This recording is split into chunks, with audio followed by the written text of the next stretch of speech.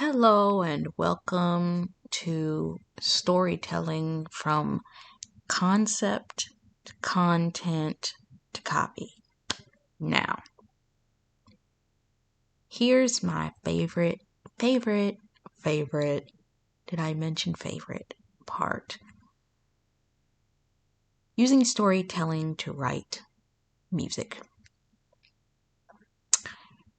We are going to start from here.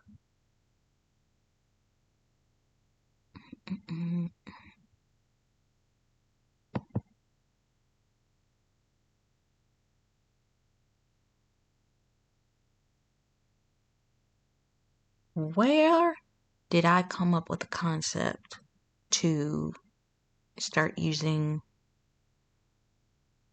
storytelling for writing? If you look at the bare bones of most of your popular songs, the reason that we're drawn into them so intently, I don't care if the song doesn't even have a real concept to it. It tells a story. Maybe it's telling a story of a party.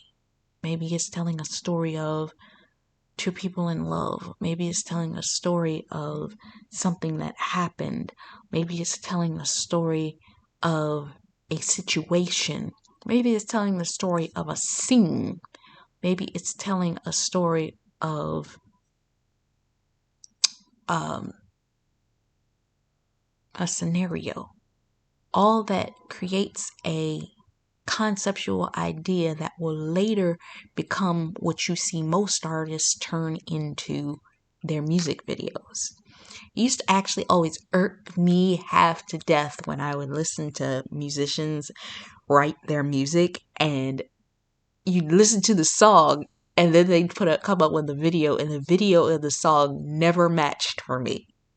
Because the concept that I saw in my head never matched what they actually came up with. I remember somebody said this years ago that when a person creates a piece of writing, it almost destroys the fan's ability or whatever they were imagining of what that thing was the second that they come out with a visual for it. Unless the first thing they ever saw was the visual of it. But once you've read it or heard it, it almost destroys the conceptual idea behind it when you see the visual for it. What does that have to do with songwriting? Well, when I write my music, I'm that person that lives on the telling of the story. If I were to literally open up my lyrics right now in the lyric note place that I keep my music, it shows you the, how do I put it, the lengthiness of the way that I write. I'm that person that I don't know how in the world I would ever be able to record a 3 to 5 minute song, because most verse-wise, as the way that songs are written, my song would probably be a B side 8-minute piece of work if I'm lucky, if it cuts 8 minutes, because I put so much in the story of the song that it creates a content element to it that's just, I'm big on that. I'm big on telling the story. Now, I will show you this much. Let's see if I can do this. Where's my sound thing? It wasn't supposed to go there.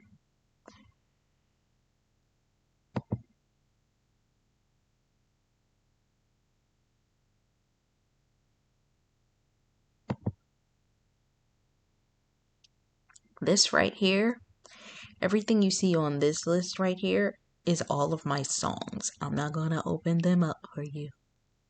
Da-da-da. What I might do is I might open one just to show you what my song lyrics look like when I write music. When I write music.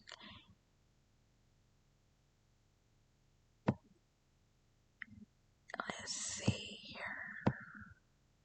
I write what comes to me, what comes to mind, and let's see.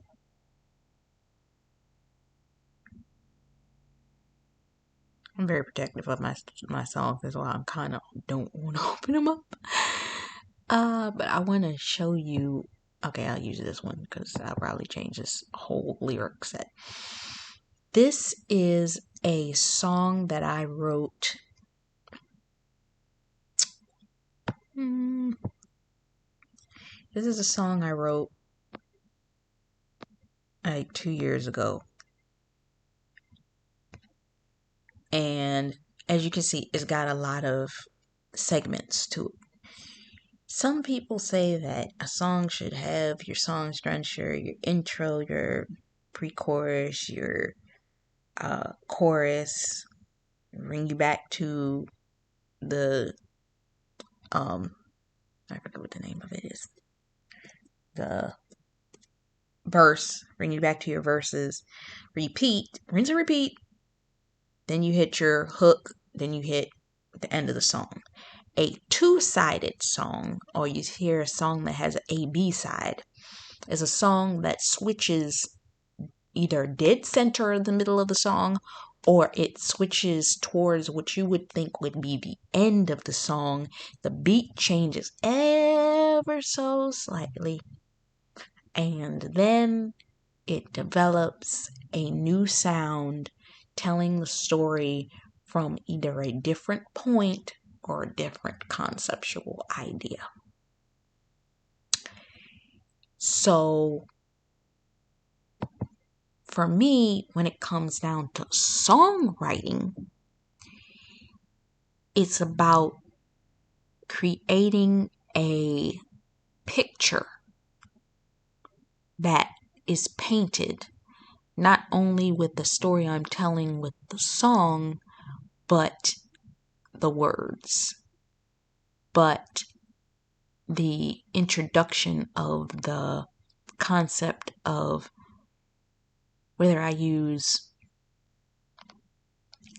spoken word, whether I use that rappy tone to it, whether I sing in the element or I use a little bit of all of it and blend it into one another as I go through my first verse and I tell you the story in a spoken word tone, or I start to rap it in the second pre-chorus as I begin to sing it in the chorus, as I go through and as we change the melodies, the tones, the beats in the background, all of these things that paint a picture not only verbally but audibly at the same time. It's all about painting a picture and allowing the sound to support the picture that you painted audibly. And for me, I grew up on musicians like Michael Jackson. Now, I'm going to tell you this. When it comes to Michael Jackson, everybody falls underneath of Michael Jackson. I don't care who you are. There may be people I respect highly next to, but they usually fall directly underneath of him, and then everybody goes down behind that. If I told you the sequence of the people that I like in comparison from Michael Jackson down. Some people might not even agree with the sequence I put them in. So I'm not going to go there. But I judge everybody from Michael Jackson down. Michael Jackson is the top. Everybody else falls behind that. The reason that I even started singing in the first place, the reason that I even started liking music to that degree was because of him. Because I love the conceptual idea that he created with the storytelling in most of his videos when he started doing actual films for his music videos. I loved it. And the fact of the matter, when growing up, my favorite, how many times can I say favorite music video was Smooth Criminal, because of the fact that it had a story to it. It was a storyline to that entire video. And I loved it. It was my favorite thing. I loved my mother just, between that and Thriller, those were the two for me. Because I loved the concept. That's how I know that I have a love for music and songwriting. That right there. I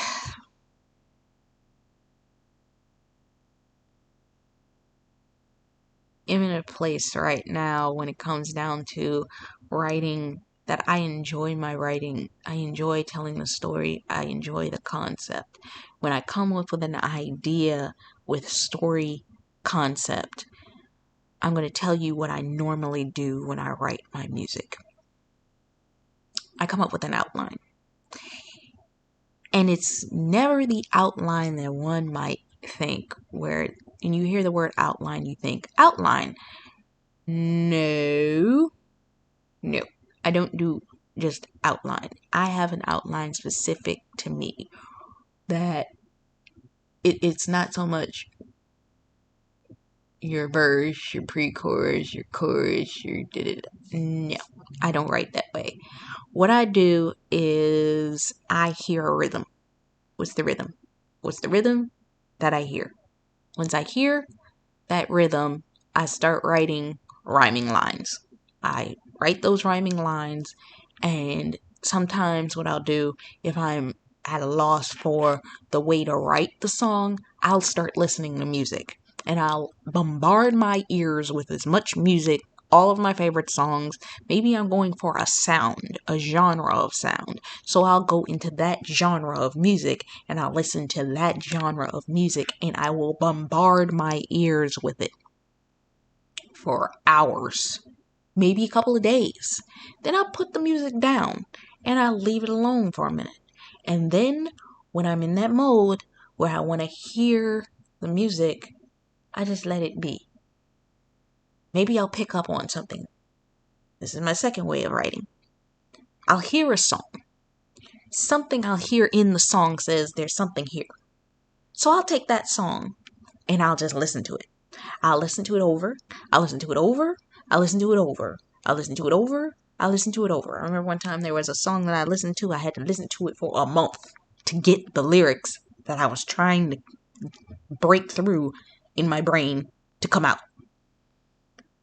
When I hit that month point, the entire song just wrote itself.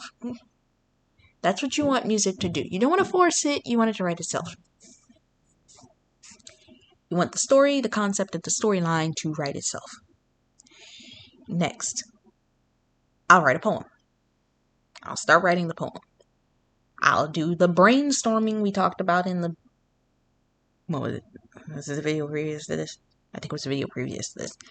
That we'll start brainstorming. What is the brainstorming of what this thing is? I'll start writing words. What is this song trying to be about? So it's almost like creating a mood board for your song. What are you conceptually trying to create here? Where does it start? Is it rain? Are we in a rain setting? Are we in front of a church? What is it? What are the feelings that are coming out in relation to whatever this thing is. Then I'll go, like I said, and I'll find songs that maybe inspired part of that element. I'll either go look directly at lyrics, yes, I do that, or I'll go listen to the song that inspired, and I'll pull this. And when I'm pulling, it's not so much I'm pulling direct lyrics, I'm pulling something that I see. Then once I've written my full base outline, this is a dirty outline. It has no form to it. I actually try to turn it into a poem. I start to find the rhythm, because anytime you're writing a song, you need to find the rhythm in it, the cadence to what it is that you're writing. What is it? What is it? What's my cadence? What's my cadence? What's my cadence? What's my cadence? After I found my cadence to what it is that I'm writing, I create the poem. 9 times out of 10, the poem will be written and it turns into that long piece of poetry. Then I go back in and I rewrite it again in the format of a song. Now, if you want to go to stage 4 is taking it and actually, once you've found your cadence, start to sing it, because it's going to change all the lyrics again. I lie to you not, this is what happens to me every time I pick up on a set of words that I said I'm going to start this song and I'm going to start singing it, and the second I start singing it, all the words that were supposed to come behind that were written on that page never get there. I just start flowing and I just go. I just go. And a whole new set of lyrics come out of that scenario. There are songs that I have all audio pieces of that are the audios to the songs that I created, that I could actually go back and mix them together, or I could use that audio, then I can add my ad-libs, and then the next part to it is pretty much adding the singing. How do you want this to sound? Do you want to come from a mild tone? Do you want to sing in like that storyteller tone? You remember TLC, when TLC did Don't Go Chasing Waterfalls? That was literally 3 story scenarios that they told throughout the song. Kelly Rowland did the same thing in the song Stole. Destiny's Child did the same thing. It was another song, I forget what the name of it is, that they told 3 stories of a specific girl in one of their, I think it was the album they had Survivor on, I think it was. But I cannot think of the name of the song. But they did a storytelling element. Even if you go back and you listen to Through With Love by Destiny's Child, it's a very storyteller type song. I love storyteller songs. So you have to kind of find your conceptual idea and move from there to create that story that is your song basis. Then you can go from that storyteller to, like I said, you can have one scene or one scenario. You can then do the same concept. I've literally listened to songs where the person did the song in the storyteller format, which was a nice, fun song, and they slowed it down, changed the beat, and created a completely different song. Same lyrics, different toning to it, created a completely different song. Then it was another where they took the same song and created it into a dance mix of the song, and that particular remix became a popular song.